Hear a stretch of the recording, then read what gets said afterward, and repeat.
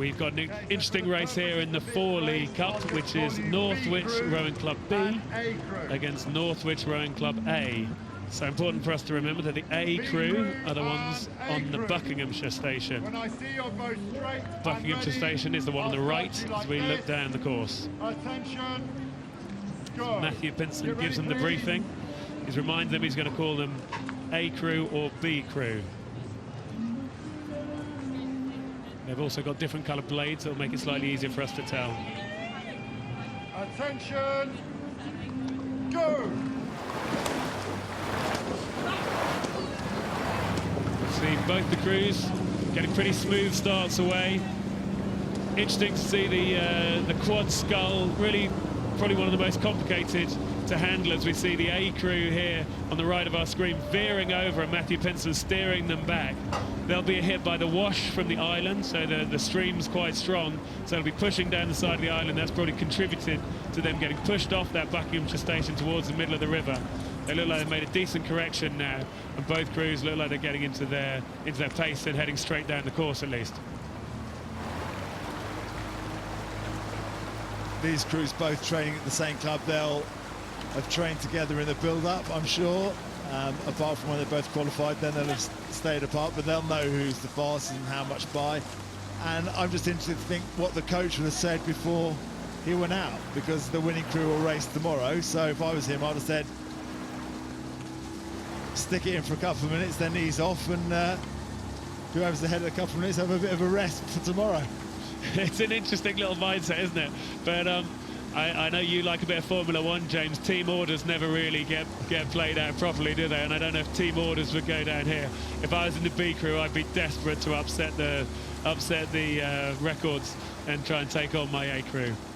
No, exactly. I'd absolutely front load the race, and then put them under a bit of pressure, because if your oar hits the booms, unlike normally there's buoys lining the lanes.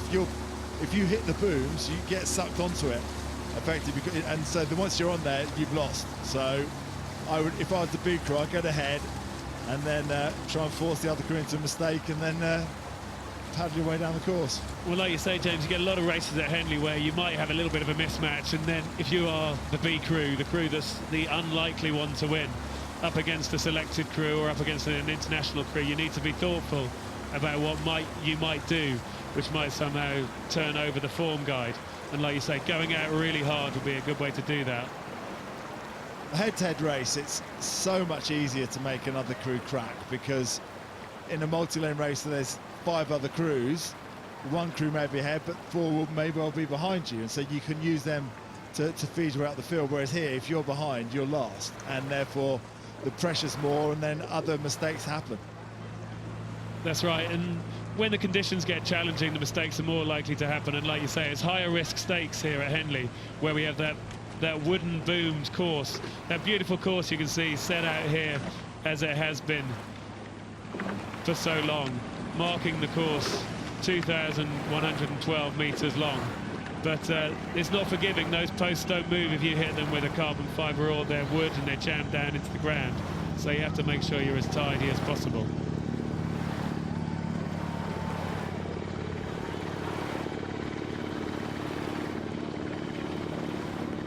So looking at the winning crew, the leading crew, George Lawton in the stroke seat. Has competed 3 times for Great Britain at the Munich Regatta and at the Coupe de la Jeunesse. But he really loves representing Northwich, the club of Matt Langridge, who I competed at the Olympic Games with, and he'll be deep in training now as they prepare for the Rio Games.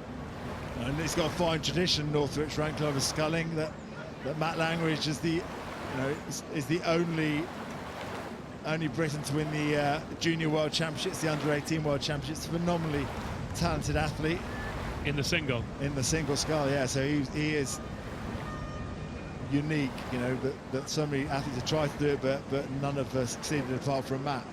And it's interesting that Northwich have chosen here to go with 2 quads rather than putting together an 8. I assume that's in keeping with that tradition of sculling. I think it's much harder to. A lot of the 8s are dominated by schools, because you can train at lunchtime together, you can train after school, whereas a rowing club, you have to do it around school time. People maybe from 8 different schools, so clubs have it much harder, especially under 18 level, which is why sculling events are slightly easier.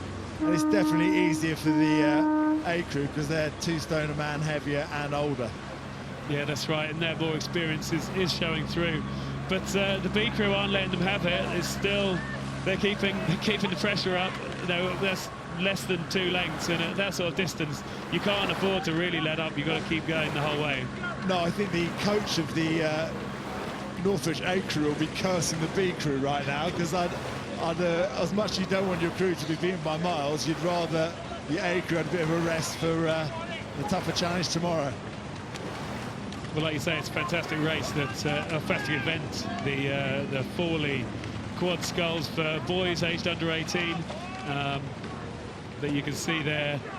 That gap on those markers on the right of the screen, very traditional Henley style. The number 2 represents the crew on the Buckinghamshire station. The number 1 represents the crew on the Berkshire station. So anyone looking can see there's a gap which is not quite as big as a length clear water between them, but the crews aren't overlapping.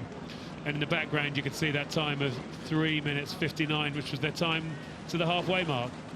And before there was such excellent commentary, the only way you could tell how the crews were racing was to actually look down the course, and you can see the 1 or 2 ahead or behind, and you can actually gauge where the crews were from rather than just wait until they went past you. So the Northwich A crew will be pleased with what they're doing here. They won the Fours Head way back in the autumn, but they've dropped their form a little bit with 6th for national schools, and they'll want to be getting back to being really challenging to win this event, I think.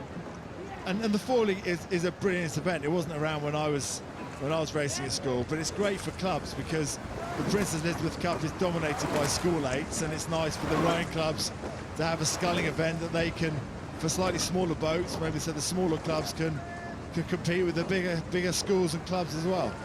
Yeah, and they're all of this A crew are competing for the Great Britain junior team. They all competed in the trials with a full range of results, from 15th for George Lawton in the strokes. He was 15th in the singles trials, through to Kevin Dudley, who was actually 52nd in the sculling trials, in the early identifications. But they're still in there. They're still trying to make that Great Britain junior team and team for the Coupe de la Jeunesse that will go off to represent Great Britain in August. And going into those final trials, which take place pretty much straight after Henley, having a Henley medal in your pocket will give you confidence for the trials, and the selectors will also take note, because not only winning Henley is very prestigious, but you've performed under pressure, and Henley is a different pressure with head-on-head, and everyone aims their season around it. That's right, and the pressure gets bigger as the event goes on, as the crowds get bigger, the buzz grows around the enclosures. People start talking to you when you go to the crew catering, or when you're walking around carrying your oars back and forth. People start noticing you and going, that's the crew from Northwich Rowing Club.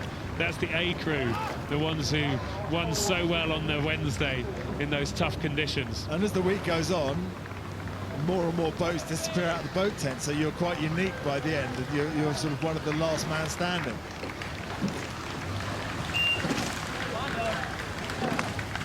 So it's just over 1 length win for the Northwich Rowing Club A crew over the Northwich Rowing Club B.